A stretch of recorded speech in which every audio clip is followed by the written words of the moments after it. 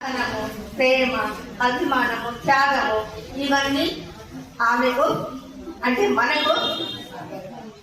మనకు భర్తే వచ్చేస్తాయన్నమాట.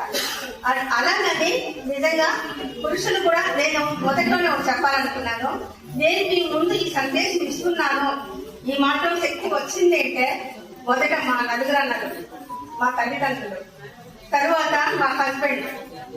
సరస్వతి నువ్వు చేయగలవు, సరస్వతి నువ్వు చెప్పగలవు అని ఆయన ముందడుగు వేయడానికి నిజంగా ఆయనకు ఈరోజు ఎక్కడో ఉన్నారు, ఆయనకు కృతజ్ఞతలు తెలియజేస్తున్నాను. ఆయన సహకారం లేకపోతే మీ ముందు ప్రజెంట్ చేయలేదు. 4 వాక్యాలు కానీ 4 విషయాలు కానీ మనం చేయలేము అన్నమాట. కాబట్టి ఇక్కడ ఉన్నటువంటి మన మాస్టర్లందరికీ మరొకసారి వారు కూడా మనలో సగభాగం కాబట్టి వారు కూడా తప్పనిసరి ఉండాల్సిందే. వాళ్ళ శక్తి కూడా మన శక్తి, వాళ్ళ శక్తి ఉంటేనే ప్రతి సృష్టిగా ప్రతి సృష్టి.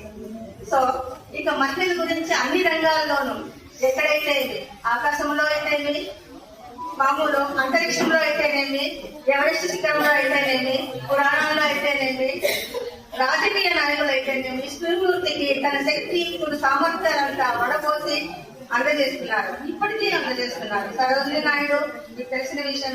ఝాన్సీ లక్ష్మీబాయి 18 రోజులు యుద్ధం చేసి మన దేశాన్ని కాపాడిన కాంతీయతోటే.